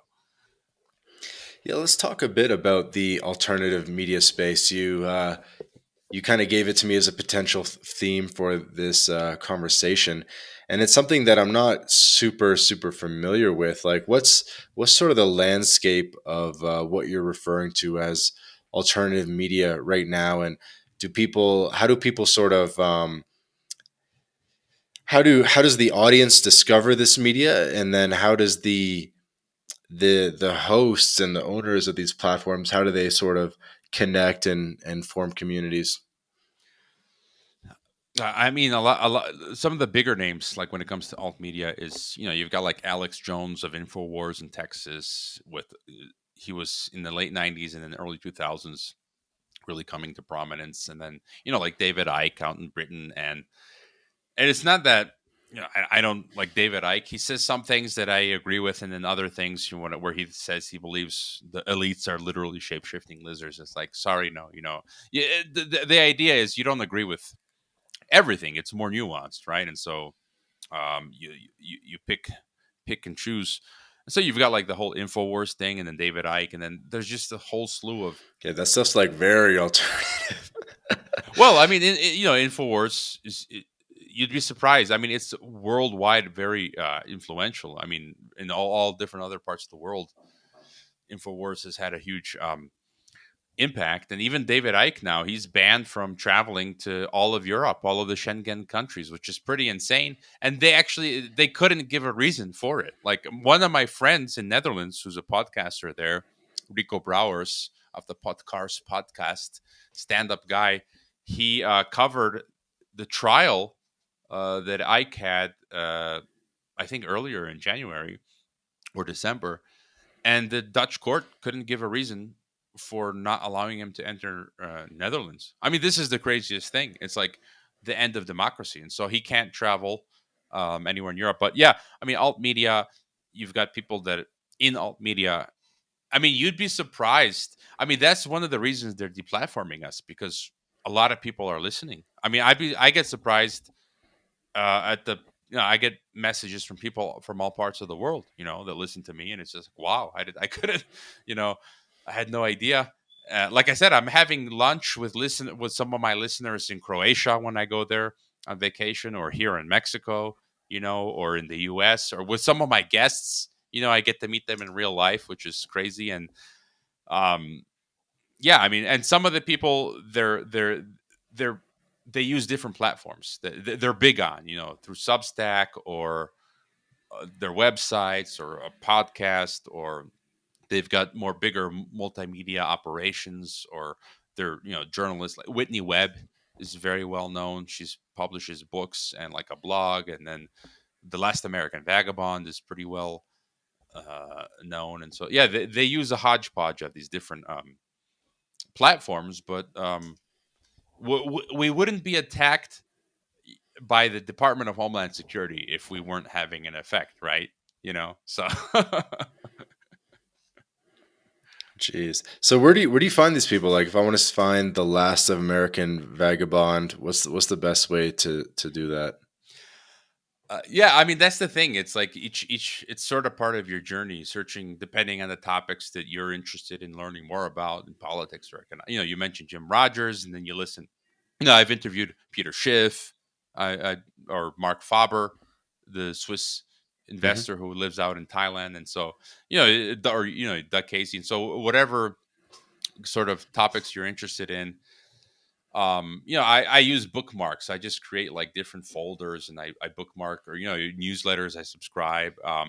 But you sort of there's no one place to list them all, and so you kind of just startup. You follow them. You end up following them on Twitter or Telegram. I'm a big fan of Telegram, so Twitter and Telegram and email lists or newsletters, and then I use a lot of bookmarks as well by topic to bookmark the different websites, and so you sort of put together your own dish, your own sort of custom dish of what you want to Hmm. consume. And so in Guadalajara, you mentioned it's the Silicon Valley of Mexico. Tons of technology companies there, tons of business in general, really. Have you made any inroads into sort of connecting with people in the tech space in Guadalajara? Is that interesting to you as well? When it comes to the tech space, well, not myself particular. Like I know people who work in different corporate areas. My friend, like I said, my friend, he used to teach with me at the tech. He doesn't teach anymore. He's an IT guy, and then he had a side business which he built the website uh, Hmm. for me. But like I'm doing my podcasting stuff, so I don't have much to do when it comes with the tech. But you've got a lot of startups doing interesting things here in Guadalajara. So I mean, anyone I'm looking actually to hire. I'm looking for an assistant, a full time assistant now to help me with my podcast. That's bilingual, that can do some of the tech stuff, and I'm going to be looking locally in Guadalajara. I think there's a huge pool, of talent, and so yeah, they've got these technology parks. I think they got a couple in Guadalajara. These technology parks. You've got is it Intel? I think they've got a Oracle and Intel. I had dinner at the home of the head of CEO, the head of Oracle in Mexico, because my wife used to work at the tech as well, and they had a lot of these overlapping projects between the tech companies and the tech contests and things. And so yeah, I mean, I met all. I just realized I was at the home of the head of Oracle Mexico here in Guadalajara, and so yeah, you've got a lot of stuff going on. Yeah, yeah. I mean, I've spent a fair amount of time in Guadalajara myself. I definitely enjoy it. Um, Definitely a hidden gem within Mexico, and being in Mexico City right now, I can tell you I prefer to be in Guadalajara because it's just sort of cheaper, less gringos. I feel like Mhm. more culture. Um, there's a lot of reasons I like it better. Just kind of feels more at home. I mean, it's smaller, like you said. It's cheaper. Mexico City's huge. Guadalajara is much smaller. I mean, I was in Morelia recently. The little that I saw of Morelia didn't impress me. I thought Guadalajara was nicer, and you could go on the outskirts. I mean, there's a lot of just using that example of going to a rural area. Um, One of the things that inspired me, a friend of a friend, we went to visit their parents' home on the weekend, and they're about half hour outside of Guadalajara, half hour. So it's not like really that rural. You just get out of the city a bit, and it feels like you're in the middle of nowhere. I mean, that's the thing about Mexico. Like, you don't have to go 2 or 3 or 4 hours to get really rural. You just get out of the city, and it feels like you're in the middle of nowhere. And we went to their home, half hour outside of Guadalajara, and they got their own nice plot of land. They've got like a home built. They've got like chickens, Hmm. eggs. They've got avocado, black blueberries, corn, pineapples. They've got their own well. I mean, that's a great the end of the world as we know it. A scenario. You don't have to go full like into the boon, run for the hills. Half hour outside of Guadalajara, you got a well, you got chickens. You probably get whatever rabbits or whatever. They've got like fruits and vegetables. You're set, like easy. And so I thought that was pretty cool. They're sort of my model for that sort of thing. Yeah, absolutely. Yeah, you've been in Guadalajara a long time now, like 5+ years, almost 10 years. Between a couple stays. Yeah, it's been what? Well, minus Kazakhstan to be what 13, about a decade now, and I mean it gives you all of the amenities. you can pretty much live with most of the amenities you'd get like in the US. I look at my neighbors here. It's everyone's got good cars. Maybe that, you can, according to your taste, you can have whatever, five. I live in the middle class area, but 5 minutes down the street, you've got the multimillionaires who live in their high security gated communities with like big US style houses, and everyone's the streets are strewn with Amazon packages. Everyone's got their Amazon, their Netflix. You've got Domino's, Carl's Jr., Little Caesars, Starbucks, Costco, Walmart, Sam's. I mean, you name it. Supplements I order from iHerb without a problem. I get stuff here, and it's just like you've got everything you'd want in the US. Just for now, it's much cheaper, cost of living. And I mean, the US cost of living is pretty crazy for me. It's here, like, if I lose my TNT show, I mean, I can coast, for at least a year. I can like chill out and work part time or not even work if you don't, if you're smart about your finances, if you don't have debt. And so you couldn't do that in the US. You'd have to be scrambling, for work. And so yeah, Mhm. Guadalajara's nice, but there's a lot of places in Mexico that are nice up north. Baja, I like to make it out to Baja California, or people in Yucatan, Merida, Veracruz, Cancun. It'd be nice to make a venture down into Oaxaca or Chiapas, San Cristobal. Mhm. I mean, there's just so many parts of Mexico that are fascinating. Mhm. One thing we do have to ask you about on this episode is becoming a Mexican citizen, because I think tons of our listeners are temporary residents, and we're all very hopeful to get our Mexican citizenship one day, but definitely a lot less anecdotes of people actually getting it. Not that it's difficult, just the fact that it's grown a lot in popularity to get the residency, and it kind of takes like 5 years to get the citizenship, or it could be less, obviously, if you have a kid or whatever in Mexico.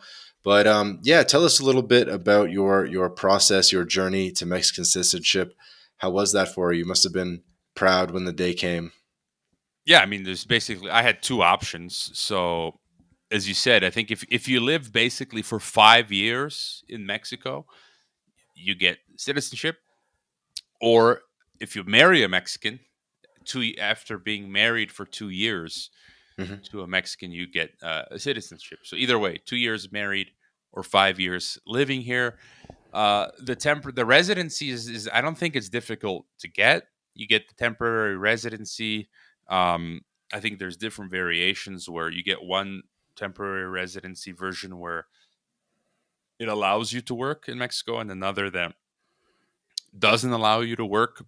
I mean, if you're working remotely or whatever, then you don't need to be allowed to work in Mexico, right? So you can get the 1 year temporary residency, and I think it's just simply renewed for 4 years or whatever, and then you get your permanent residency, straight shot. Like, it's not difficult, and then eventually you can get your Mexican citizenship. And so, um, yeah, getting married or staying here for 5 years, and um, yeah, and once you become a citizen, I got my parents' permanent residency, and so yeah, once you become a citizen, I guess if you wanted, you could buy property on the coast without using, what do you call it, fideicomiso or trust. Um, That's a good benefit of citizenship for sure. yeah, and once you get residency or whatever, you can open bank accounts and you can come and go as you please. Even with permanent residency, you get for life; it doesn't expire. Um, Come and go, own property, open bank accounts, easy. And well, the thing with the naturalized Mexican citizen, they told me was, I thought this was interesting. I'm not allowed to run for certain political offices as a naturalized citizen. Hmm. And what did they say? If I'm not in Mexico for a period of 5 years at all, I could potentially lose my citizenship, which I thought was kind of shocking. Like, if I end up going to Croatia and for half a decade I never visit Mexico, they could maybe, in theory, take away my citizenship. And when I did the test, I mean, it was funny. I speak Spanish more or less fluently, of course, with some errors, but generally I speak Spanish. And they gave you a history test, 5 multiple choice questions at the time. I aced them all. I mean, I was teaching Mexican history at the Tec de Monterrey, so easy peasy. I joke with them. After I did I mean, they didn't even give me a language test. They saw I spoke Spanish. I did the 5 multiple choice history questions, and that was it. And I told them like, "What about the last test?" And they're looking at me, uh, bedazzled, like, where you put me in a room and I'm supposed to eat the habanero chile without breaking a sweat to prove that I'm Mexican. And they just laughed. But they did tell me this was 5 years ago when I got my naturalization that um, they were going to change the rules. I guess that's how it is now, where it wouldn't be 5 multiple choice questions anymore. It was going to be like an open essay. You'd have to read like 2 entire books on Mexican history and then write like, do this open test to get your citizenship. So it's like it might be harder for some people now, but it's well worth, like, even though I could have done the paperwork myself. I just hate paperwork. I paid someone. It's not really. At the end of the day, it's not that expensive. I paid a guy to help speed up, to do all the paperwork and appointments, and yeah, there's people that can sort of help you out with that. Did you have to do the national anthem? No, I didn't have to do the anthem. Do you know it? I think you caught me here. No, I don't know that. I mean, when at the Tec de Monterrey, at least once a semester, we would all have to come out before the flag and sing the national anthem at the Tech. But it's been so long that no, I'm sorry. You got me there. I'm gonna have to go back and review the Mexican national anthem now. Yeah, no worries. They kind of make fun of me and they say that that's like my final step is you got to do the Mexican national anthem, and then some states have like a state anthem as well. Like I know Veracruz has a state anthem, and probably some other ones. Yeah, I mean, how many? Again, I'm sure you'd catch some Mexicans that don't know the anthem, but and I made again. You forget these things. When I was actively teaching the Mexican history, I knew a lot, and I would joke to the Mexican students, like, I know more Mexican history than you at the time, which was true. They knew very little. I'm like, everything from the past couple centuries of Mexico. Um, Now I was just losing. Yeah, I guess I lost my point there, but yeah. Do you have a particular favorite topic within Mexican history? There's some fascinating stuff. I Skyped into my tech classroom Jefferson Morley. He's a journalist who deals a lot with the JFK stuff. He declassified the documents, which are available now at the National Security Archive, which is run by George Washington University. He wrote the book Our Man in Mexico. I highly recommend it, about how at least 3 Mexican presidents were CIA agents. It's not conspiracy theory. It's documented, declassified documents. Diaz Ordaz, I believe, Luis Echeverria, and I forget the other one. Like, it's in the time period of the 1950s and 60s. Their actual CIA code names. They were president of Mexico and CIA agents paid at the Hmm. same time, and they had code names Litempo, like Litempo 5, Litempo 6. And so, again, for me, that's absolutely fascinating that you've got Mexican presidents who are CIA agents, and they're doing the bidding, of course, of the American Empire, of the U.S. And so, yeah, I mean, the 20th century is pretty fascinating when it comes to Mexican history. Interesting. I did not think you would say 20th century. I thought you'd be more of like a, I don't even know, like a earlier eras. But this, I'm looking at this book. This is a very good pick. Hit us with some more picks for some more recommendations, rather, for Mexican history or other great But underrated books. here's another one. It's called I haven't even read it yet. I've just scanned through it. I've had it for a couple of years on my bookshelf. You know how it is when you buy all these books. But this, what is it? Hold on, I got it here. The Secret War in Mexico, and so that sort of tells you more about the real Mexican history. You've got Alfredo Jalife. He's a left wing Mexican commentator, but he still says he does good analysis. Yeah, I don't know when it comes to Mexico. That's really what comes to mind. And another fascinating part for me is the North American Union idea. And Mm-hmm. a lot of people will say a conspiracy theory. I'm sorry, no, this is fact. You know, um, I've said the EU is the model for the rest of the world. It's the model, it's the blueprint for world government and for technocracy, and they want to replicate that to the rest of the world. Mm-hmm. You've had Robert Pastor, who was a member of the Council on Foreign Relations. He visited the tech frequently.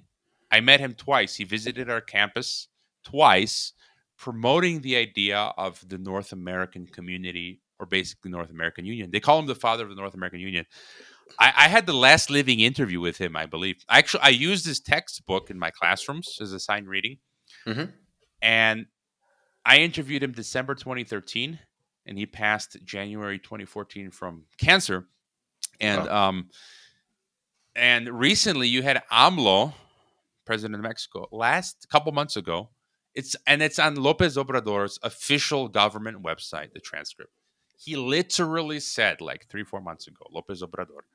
He was in talks with Secretary of State Blinken that he wants to copy the European Union. I've been saying this for 20 years because once you understand, you read all of these boring white papers and you understand all of these, international relations, political science, globalist stuff, Mm-hmm. you know their end game. And then you can just sort of track it. It's easy. You read the script, you know what's going to happen.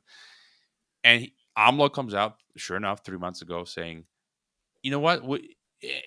And this is not extrapolate. You can read the transcript. He said we want to copy the European Union and integrate Canada, USA, and Mexico. And then, literally a few weeks later, Rafael Correa, the ex-president of Ecuador, gives an interview and he says, "You know what? We want to copy the EU model for South America. We want to create a regional currency called the SUR, which Lula of Brazil is now. He just signed an agreement with Argentina. They want to create a Latin American Union Mm-hmm. with a common currency called the Sur. Mm-hmm. So you see what I'm saying? You've already got the African Union, you've got the Southeast Asian Union, and Putin and technically my former employer Nazarbayev of Kazakhstan. The Eurasian Union was Nazarbayev's idea from in 1994, and so you've got Putin and Nazarbayev pushing the Eurasian Union, and so again, for me, that's another fascinating part of history. And some people may have heard of Bilderberg. You've got since 1954 this annual meeting of elites called Bilderberg, Mm-hmm. and in 1980, some of their meeting minutes were leaked. You can find them on Public Intelligence or WikiLeaks. And the 1980 Bilderberg meeting discussed, so you can track it easily. 1980, they discussed creating a North American community. 1980. And then 1989, Canada and US create bilateral free trade agreement. 1994, Mexico joins to create NAFTA, right? Mexico, US, Canada, NAFTA. Mm-hmm. And then in the 2000s, you've got like a prosperity partnership. They keep pushing this idea. And then now you've got NAFTA 2.0, USMCA agreement. And that's, I mean, that, and now guess why do you think they're going to have the next World Cup in North America? It's going to be in three countries: Canada, USA, and Mexico. Again, they're pushing culturally this idea of North America, and they used to have, like, you have the UN Model United Nations. Yep. For a time they used to have in U.S., Canada, and Mexico a North American uh, um, sort of like equivalent of Model United Nations. So this is the idea. So you got the Mexican CIA agent presidents, you've got the North American agenda, and so that's where sort of things are headed. Yeah. I mean, I'm deeply interested in this idea as well of the North American Union. Do you think it's necessarily a bad idea? Someone that again, a really famous person in alt media, G. Edward Griffin, who wrote Creature from Jekyll Island. Yeah. Yeah. I'm aware of him. Yeah, he took me out to lunch like 12 years ago. I used to be, that's a huge book, Creature from Jekyll Island. Ron Mm-hmm. Paul and others loved Mm-hmm. that. But Robert Kiyosaki, huge fan of Edward Griffin in that book. He's always talking about that book. Um, yeah, so he took me out to lunch, Edward Griffin, because I was a volunteer for his website. I happened to be passing through LA like in 2011, and then he's like, "Oh, let me take you out to lunch as a thanks for helping me out." And um, what was my point? You asked me. What was the last thing you Is it asked? is it is it Oh, necessarily a yeah, bad thing, like yeah, further yeah, yeah, economic integration? yeah. I'll take what G. Edward Griffin said at some years ago in one of his many documentaries or interviews. He said this idea of, let's say world government or globalization or union or whatever. It's like anything, It's you take a butter knife. I always use this example with my classes, or guns. I'm pro guns, pro firearms. I've got a license in the U.S. You could use the gun to protect yourself, to hunt for food, or murder someone. You can use the knife to spread butter onto your bread or stab someone. And it's the same idea. Like many things, platforms or technologies are neutral, but it's depending how they're used. So you could have a good world government or a bad world government. My idea is that the only time we'll have a good world government is when Christ comes back to reign, right? But given that man is evil by nature, in my view, and we've got these crazy globalists running around, like in some ways, the European Union has benefited, allowing people to travel, giving grants for certain stuff. But I feel like over time, like the long game, the mask will come off. You get what I'm saying? It's like it will over time become more tyrannical, and I feel like that's what we're seeing with the EU. Croatia just lost our kuna, our national currency, this month, and we Hmm. took the euro. And already, you're seeing it's becoming more expensive. Anytime a country takes on the euro and they drop their national currency, they lose their sovereignty. They Everything becomes more expensive, and then the EU puts all these more and more these crazy tyrannical rules. You had that German journalist Alina Lipp reporting from Ukraine, and just because she was reporting differently from Brussels, Washington's perspective, they froze her bank account and her mother and father's bank account. How is that, when it comes to Europe, EU, US, they talk about democracy and And what liberty. what what country is this person from? She's German. And German. she's living in Donbass or Ukraine, and just reporting differently on the news. But the fact that Germany turns off not only just her bank account for doing reporting, but her parents' bank account. So going back to North American Union, it would benefit initially a lot of lower people with the lower economic status. Um, but over time it would just tend to centralize power. So initially it would be nice, but over time it becomes just worse and worse. And you know what NAFTA did in the 90s? It got 2 million Mexican farmers from rural areas. And you can see the effects to this day. I see it on the street every day. 2 million Mexican farmers were put out of work because of the NAFTA rules, which decreased the price of corn. So it made it pointless for these Mexican farmers. It made it impossible for them to be farmers anymore because they dropped the price of corn so much. I think Hmm. intentionally to drive people from rural areas to the urban areas because you're more, they can control the urban areas. And so now you see in Mexico people on at the street corners selling anything that they can sell to make a buck, to make a living, because they can no longer make a living in the rural areas. And I think that was intentional because they want to put us in these urban smart cities where they can control us, Right. and they don't. Well, you know what? But like, so with the North America thing, with Canada, you have natural resources.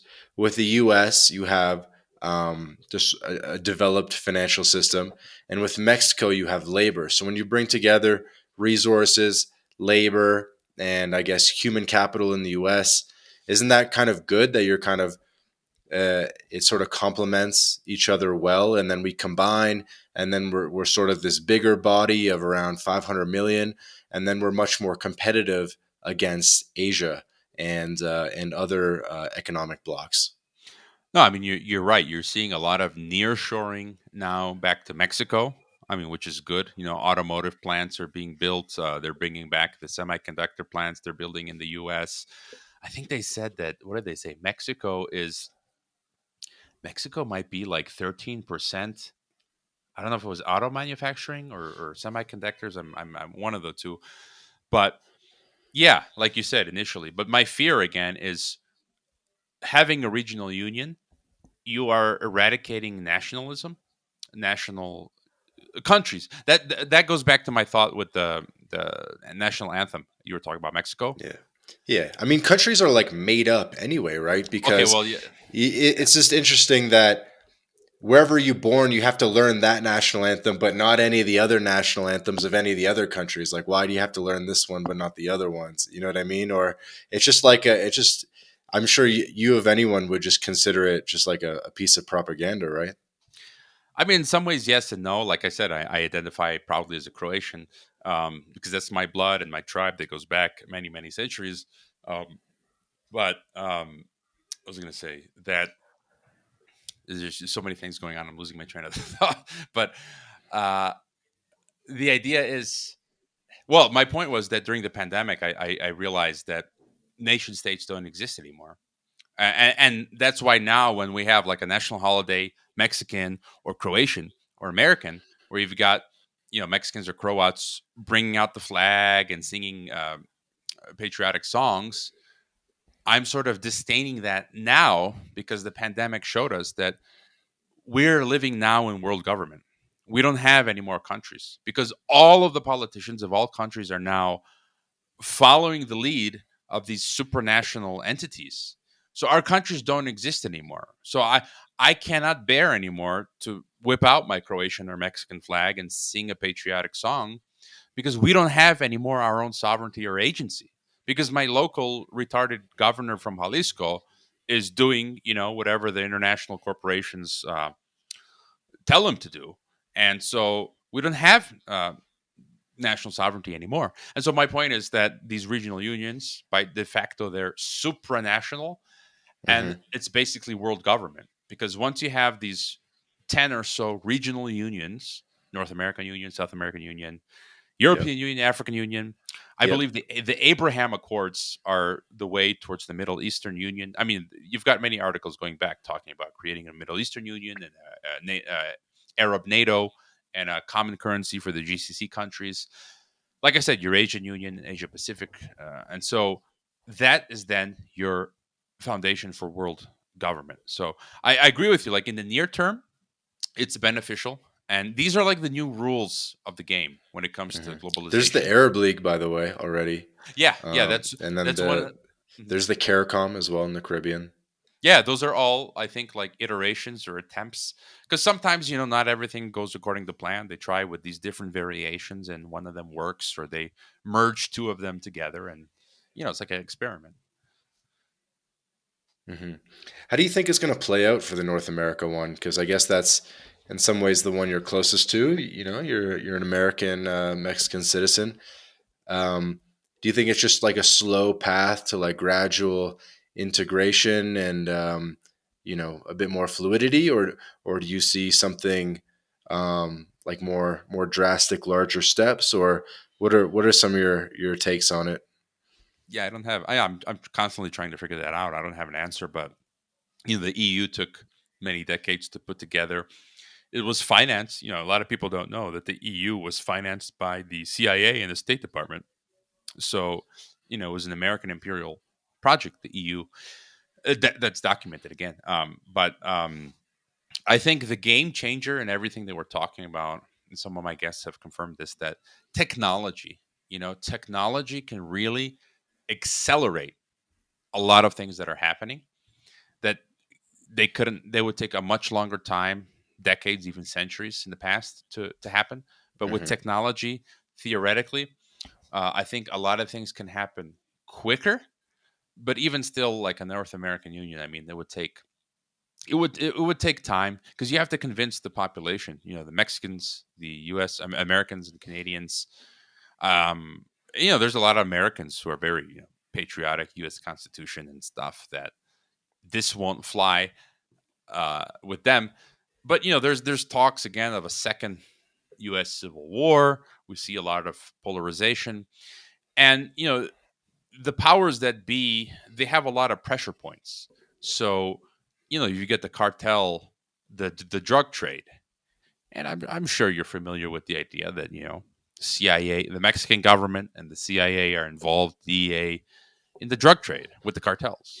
So they could, in other, look, the EU was created out of World War II, of a war scenario.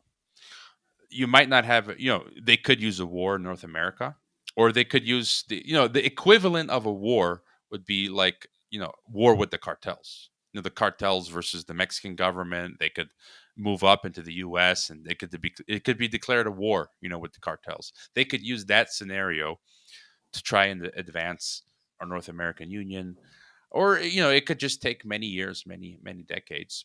They are slowly progressing. It could be economic collapse. They could say all of a sudden, look, the economic system collapsed, and we need the Amero or the digital dollar or whatever. CBDCs are coming in, and so I think they've got different scenarios or pressure points that could work. But otherwise, yeah, it could take a while. Although technology, I think, could make it happen quicker than it did with the European Union. Hmm.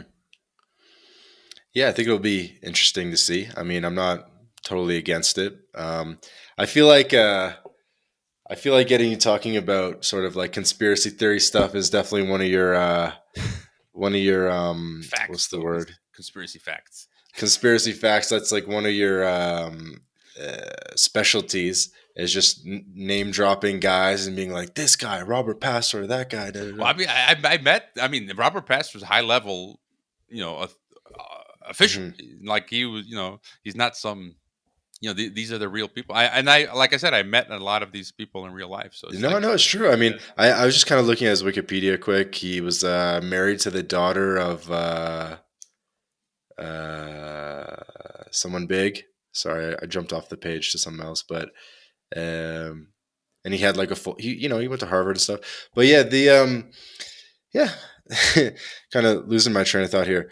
But I mean, yeah, I wanted to. I'm sure a lot of our audience would have liked it, but I don't know. I try to run a clean ship, and it's tough for me as well. We don't.